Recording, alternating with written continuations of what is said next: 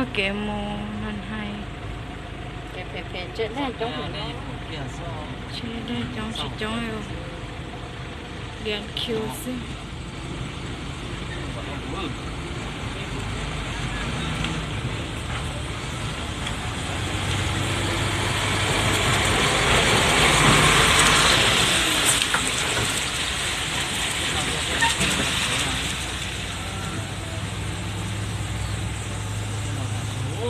nó tôi ở một lần hai giờ chẳng pha đó cái chế phải hỏi đó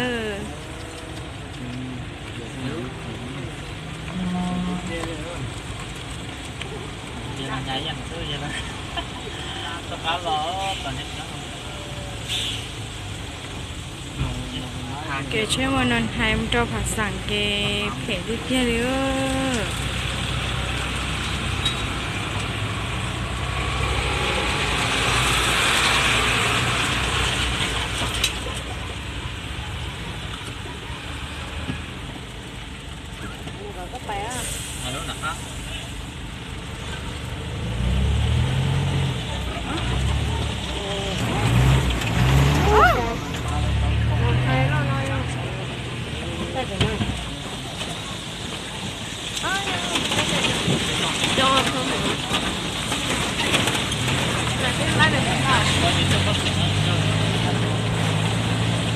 đây đây chống một đây đây chống cái kia thế là liền kill sơ cho thôi cố đi cho cái liền kill nó phải nó chế là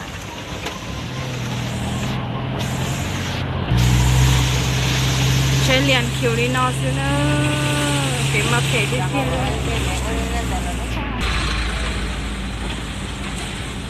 cho đi cho sao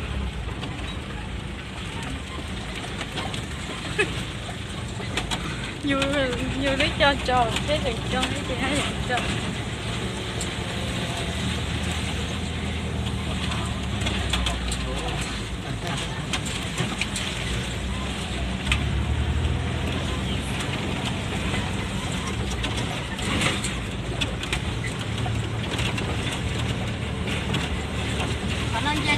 phải luôn rồi. Lá. Lá rồi. Nhưng mà có lẽ lọt ra một số ra đó là số đó. Chứ mà phải cái kia đi không? Ôi.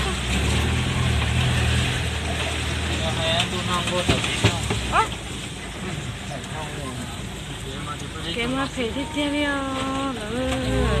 Nó đưa một lần. Ô, đây ở bên anh hai chè lá vàng đó. Còn thế trong cô cái nó mà mặn đó. Sao nó dễ? Sao lại tưởng đó chứ? Đây nó chỉ được thể. Để nó đi. Cái chơi này thì xuống bao chơi khó.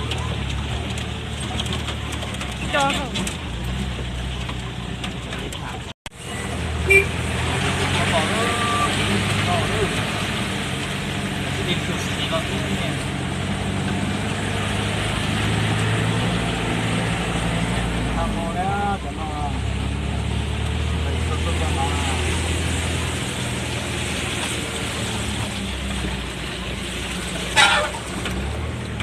Mà đâu?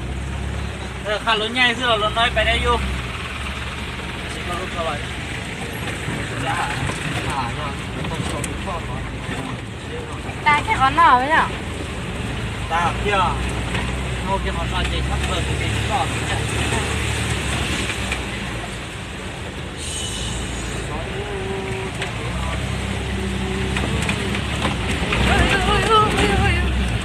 Cái mà phải chấp lời đi à?